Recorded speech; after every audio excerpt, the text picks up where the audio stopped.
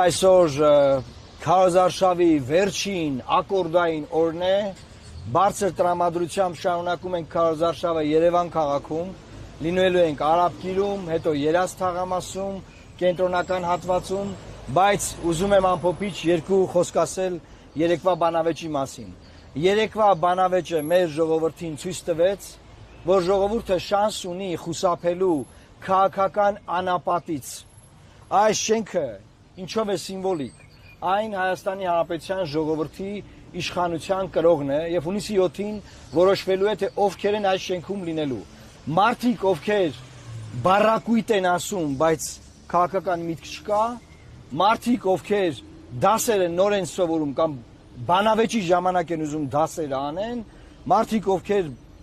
ինչ որ հանցագործության մասին հաղորդումներ են տալիս, թե մարդիկ, ովքեր ուղղակի քաղաքական միտք են ասում, ծրագիր ունեն, գաղափար ունեն եւ ուզում են այդ ծրագրերն ու գաղափարներն իրականացնել։ Եվ ահա մենք այստեղ ենք ձեզ ասելու. մեր վերջին սիմվոլիկ հանգրվանը ազգային ժողովն է։ Դուք, սիրելի հայրենակիցներ, ունեք հնարավորություն այս ընտրություններով ձևավորելու մի խորհրդարան, որը ձեր շահերին է ծառայելու, որը ոչ թե ծառայելու է կորպորատիվ շահերի, որը ոչ թե ծառայելու է սեփական գողոնը պաշտպանելուն, որը ոչ թե ծառայելու է իշխանության սազանդար աշխատելուն, ոնց որ դուք տեսաք բանավեճի ժամանակ, այլ ծառայելու է Հայաստանի Հանրապետության ժողովրդի շահերին։ Եվ հիմա այս ճակատագրական պահին մենք եւս մեկ անգամ ամփոփելով ուզում ենք ձեզ ասել. մենք բանավեճի ընթացքում ցույց տվեցինք, որ ամենաախոցելին ենք, ոչ ոք ոչ մի բան մեր դեմ դնելու չունի, չի կարող ունենալ եւ կոմպրոմիսային մեր պատկերացած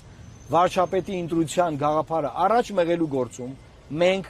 անխոցելի ենք եւ դա կարող ենք անել ձեր քվեարկությամբ։ Ինչպես նաեւ, եթե հանկարծ որևէ ուժ հանկարծ բացարձակ իշխանություն ստանա, դա կլինի գործող իշխանությունը, դա կլինի այլ ուժ, լուսավոր Հայաստանը այն ուժն է, որ կարող է հակակշռել եւ փողզսպել եւ չտալ որևէ ձևով հնարավորություն, որ մեր ժողովրդի իրավունքները շարունակվեն ոտնահարվել։